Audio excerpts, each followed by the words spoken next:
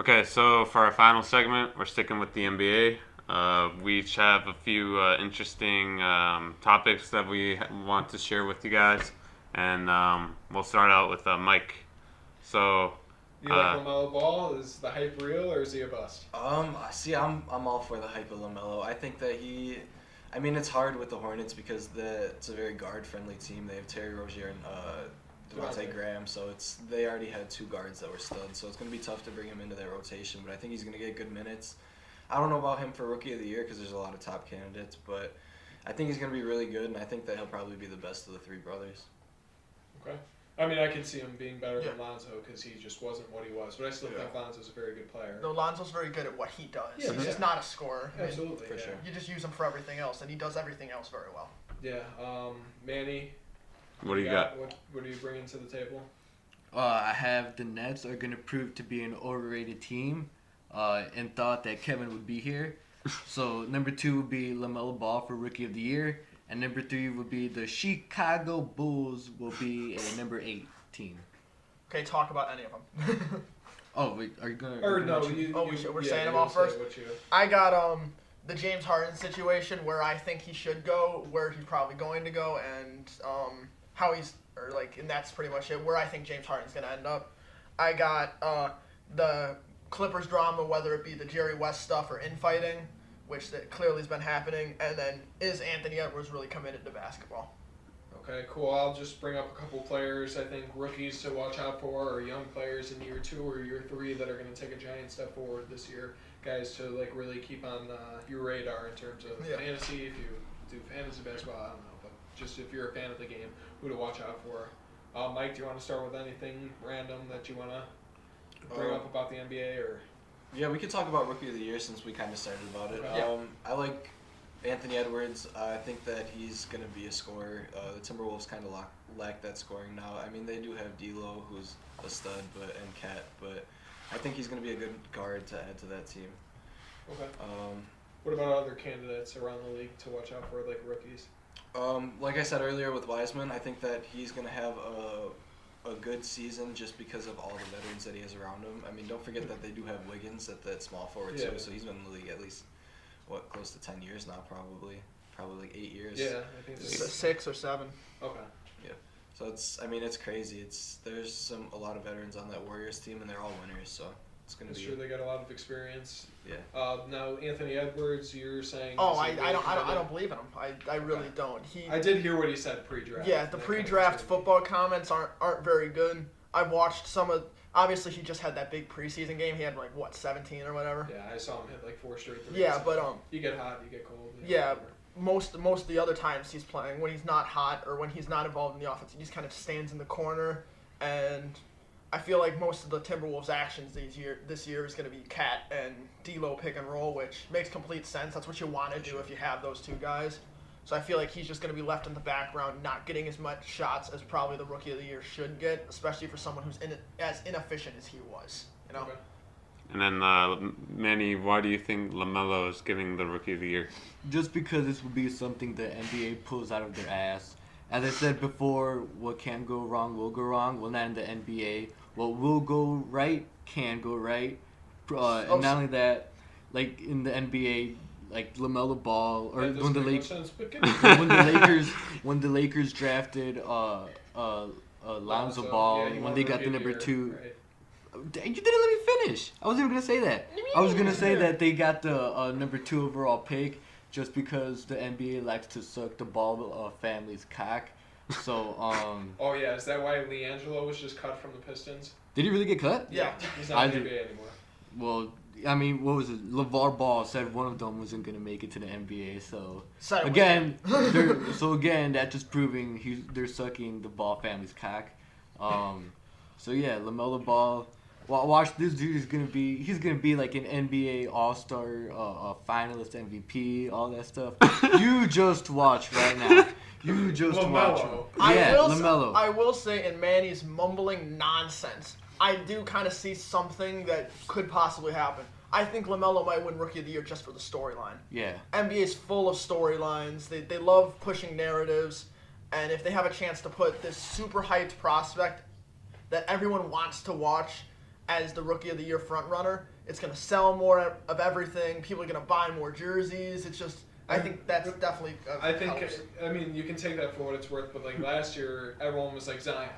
Right. That But he got hurt. And he got hurt, but then he came back, and everyone was still saying Zion, and like because he was so athletic and so good at the end. But there's other rookies that are out there deserving of it, like Ja Morant. Yeah. I'm not sure if there's another Ja Morant type player Right. that can put up like whatever it was, like 20 and 9 that he almost averaged last year. Right. But I mean, there's other rookies that I think are going to make an impact. Some that I have on my radar, like obviously Tyrese Maxey, who I talked about in the draft in that last video. But Emmanuel Quickly, I mean, he's another one on the Knicks out of Kentucky again. But like another guy outside of Kentucky, I think is going to make a huge impact is Jalen Smith out of Maryland. He's on the Phoenix Suns. I saw a couple of his highlights pregame. I mean, he's going to be that cutter. He can step out. He can hit the three. He can shoot it. I mean, he'll learn under DeAndre Ayton. He doesn't have like the brute and the strength of DeAndre Ayton. He's a little bit more skinny and he can kind of slash. I think he's going to be a very good rookie to keep on the radar. Anthony Edwards. Not sure if I'm buying it. Tim's been talking a lot about Patrick Williams. I mean, I don't know if you can put like a lockdown defender as rookie of the year. Oh yeah, he's been balling. Don't even disrespect it. But I mean, if he's not starting, that hurts. Yeah, that like hurts not his rookie chances. of the year, but like he'll still He's be showing good. potential. He won't be a rookie though. Yeah, I don't think he'll win rookie of the year, but he's showing he's gonna be a stud. Yeah. I don't know if he'll be a stud, but he'll definitely be serviceable. Probably still high for 4, but I think he'll be a stud in the years 2 coming. to 3 years, he's gonna definitely step up. I mean, I'm hearing baby Kawhi, and so far, that's what I'm kind of seeing. he's got the same kind of movement as Kawhi. Yeah, I mean, like he's the a way he defensive physically stud. moves. He moves really good for a big guy, and he's got a nice shot. So he's got a really nice mid-range shot. 2 more years, he can expand it to a really consistent 3-point shot, and he'll compete in the NBA. He's hit a couple threes that I was kind of worried when we drafted him, but I've been pleasantly surprised with his ability to shoot threes. He's not taking many, but they're usually open, and if they don't go in, they're like rimming out. So he's there. Other I mean, rising rookies, stars. Heard, like Obi Toppin, I'm not sure. I think his first year will be really tough in New York. He was used to winning last year in Dayton, and obviously they were primed to make a championship run in the tournament. But I mean, I don't really see him winning Rookie of the Year just because I think it'll be a tough adjustment to the NBA. But I really do like his game as that kind of athletic kind of brute.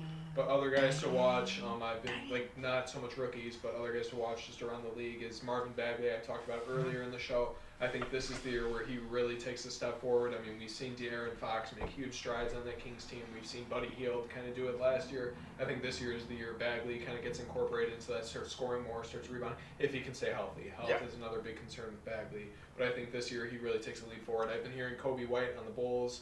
I was a huge Kobe White fan coming out of college, and with the Bulls even last year. So I think Kobe White's another huge name to watch. He can be like a 20 and like. I mean, because he's going to be the primary point guard now. Yeah. And he's got that open court speed. I think he could possibly be like a 20 and 9 type of like Ja Morant player. He doesn't have the best shot, but he'll work on that. That'll come. And then Jamal Murray, I think, makes that leap from like all-star to like superstar. He showed that last year in the bubble. It's just got to translate to this year, and he can really help the Nuggets. And now it's basically just my Kentucky guys, Shea Alexander, and I'll just keep going on and on about them. But Tyler Hero's gonna Kevin Knox is another one, I think. No, he's not.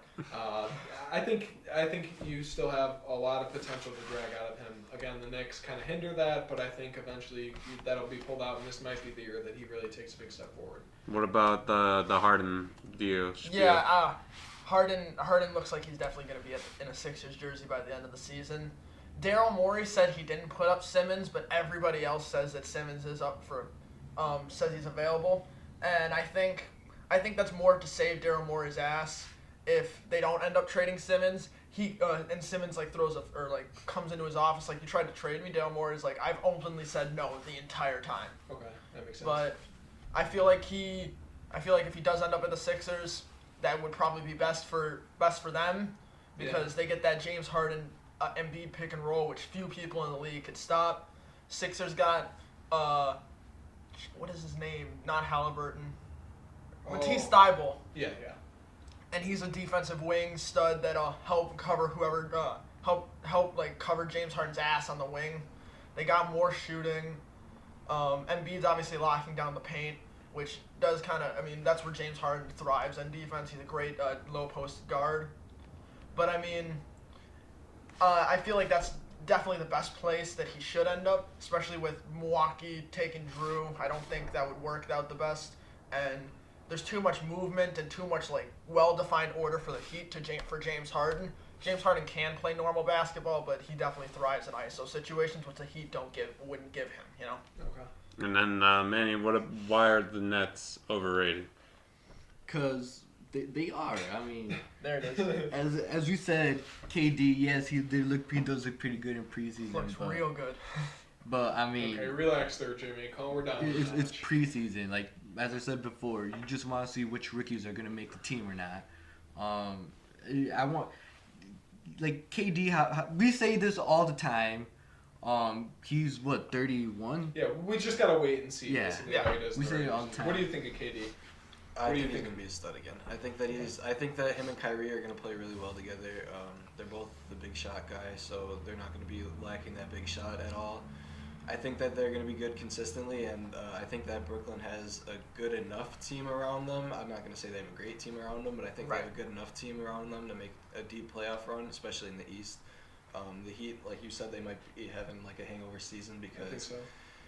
For a team like that to go that far, it's not like the Lakers that it really didn't take much effort for them to win the championship last year. You guys, LeBron and AD. Yeah, they have so many stars. Oh, the championship equation. Shut up. That works. It will work again. No one's going to come It's close the to JaVale the McGee Lakers. effect. Yeah. They're gonna dominate again this year, the Lakers. Wait, I have one more thing. Who's the alpha male on the Nets, though? Who takes over as the leader? And will that be a problem? So I think that KD is going to let Kyrie take that alpha male just because KD knows what it's like to play with other stars. So so Kyrie was kind of like a baby when it came to Cleveland, and he learned from that. So they both, I guess they had opposite reactions to playing with other stars. Kyrie got LeBron to come back, and he kind of sold his soul for that ring because he sold his stardom. He sold being his team. And for KD, he did the exact opposite. He went for the ring. You know, he gave up that definitive number one guy, even though he went in the playoffs, proved he was still the number one guy in the Warriors. But he gave up that definitive number one spot to go and get his championship. So they're going with different experiences, and they're gonna. I mean, I think it's gonna be good for them.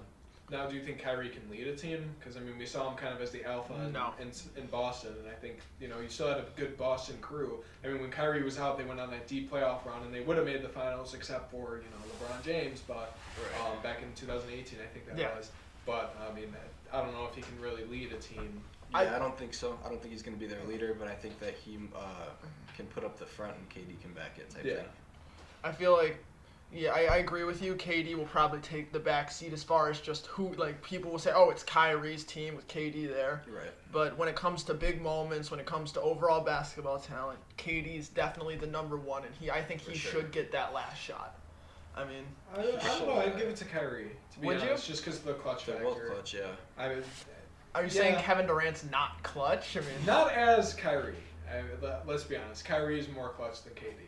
Okay, Let's have a difficult conversation for you to hear, Jimmy. Okay, yeah, whatever you say. Who can stop Kevin Durant consistently? If he does return to at least... Okay, Dak Prescott. Or Achilles, whatever. Your Dak Prescott ankle, we can get into that too. But he'll still come back a beast. No, he won't. But Kevin Durant has so many offensive weapons, and I feel like Kevin Durant would be more likely to make that extra pass out. I think he'd be better at making decisions. I feel like Kyrie, if he has the ball, the shot's going up. I feel like Kevin Durant, if he doesn't think the shot's there, he would be more than fine with kicking it out to a Kyrie, especially after years playing with the Warriors where he has other people that can make shots, The biggest thing I think with Kyrie and KD is KD never really had that pressure moment. And when he did, he's always choked it. Okay, you can say he really didn't have pressure on him in the Warriors series because he had 3 other all-stars surrounding him. And so, he hit that clutch shot in game 3s or whatever, the game 4s or whatever, those deep 3s, but it wasn't the huge moment. Kyrie down 3-1, takes over in game 5, spin layups, off the glass. Just pulling points and incredible shots out of his head. The 3 in the Game 7 when no one scored for 2.5 minutes. But that was after LeBron's block. Oh, LeBron. Oh, well, yeah, that was LeBron. That saved them the championship, and then Kyrie's 3 obviously secured it, but, I mean, that's still a huge moment. No one scoring, it's a stalemate. LeBron becomes the ultimate man and just stops them from winning a championship, because if that layup goes in, that's really tough. It gives all momentum to the Warriors, even though it's a simple layup. Yeah. I'd agree, but like Kyrie, that was like the ultimate pressure cooking moment. And I mean, he's won games before LeBron came. He was the clutch guy in Cleveland always. He could single-handedly win games. I mean, he's just a clutch superstar, I think. And even in Boston, he had a couple of huge moments. He did. And I think he's more clutch. We could have that debate another time. But I mean, what about KD never really had the pressure on him. No. Or do you want to wrap it up? Or what were you gonna suggest? No, he wanted to talk about the Clippers, and then I was just gonna ask about the Bulls, but I mean, Andrew said doesn't really matter. Okay, then we can say that for next week when we watch them. All right, any final words, Mike? For the entire show, any sport or any topic. Want to give a shout out to somebody? Yeah. I mean, I just want to thank you guys for having me on. It was fun. I definitely want to come on again. For sure. It's a good time. I mean, when it comes to sports, we can talk any sports whenever, you know. You guys know my numbers. You need to come when Kevin comes. Yeah, Kevin gets heated. Yeah, no, especially with the Warriors and his Packers. Pussy Curry. Yeah, no. Like I said, we're gonna start changing the form a little bit. I have some ideas to do like the next time our contracts renew or whatever when we kind of reset the show. Oh my contracts! I'm gonna start like trying to try out new things kind of these last couple months. What, are we gonna get a 500-page book? The next 2 months for sure. Yeah, you're gonna get a 500-page book, man. Yeah. Everyone else is gonna get another page. You're gonna get a 500-page picture book because we know you can't. I would just sign it. I don't care. Yeah. All right, but we missed Kev this week. No, we don't. We're sad that he's not here. Yeah, well, this show ran a lot smoother. If he watches. Actually, he'll get 600 or 500,000. You know. I wish he was here because I had the Warriors low and I knew that was going to get a rise out of him and I would have went back and forth with him about it. Well, we'll definitely get to talk basketball next week after we see first week reactions because oh Manny, the Warriors are gonna shit on the Bucks on Christmas. So we'll see how that goes. I think the Bucks win that game. Yeah, no. But thank you for watching, and once again, thanks to Mike for coming on the show. Thank you so much. It's awesome to have you on. Real quick, great time. Everybody, stay on the lookout. We have a Wildcasters special of NBA 2K. That was a pretty fun day, so stay tuned.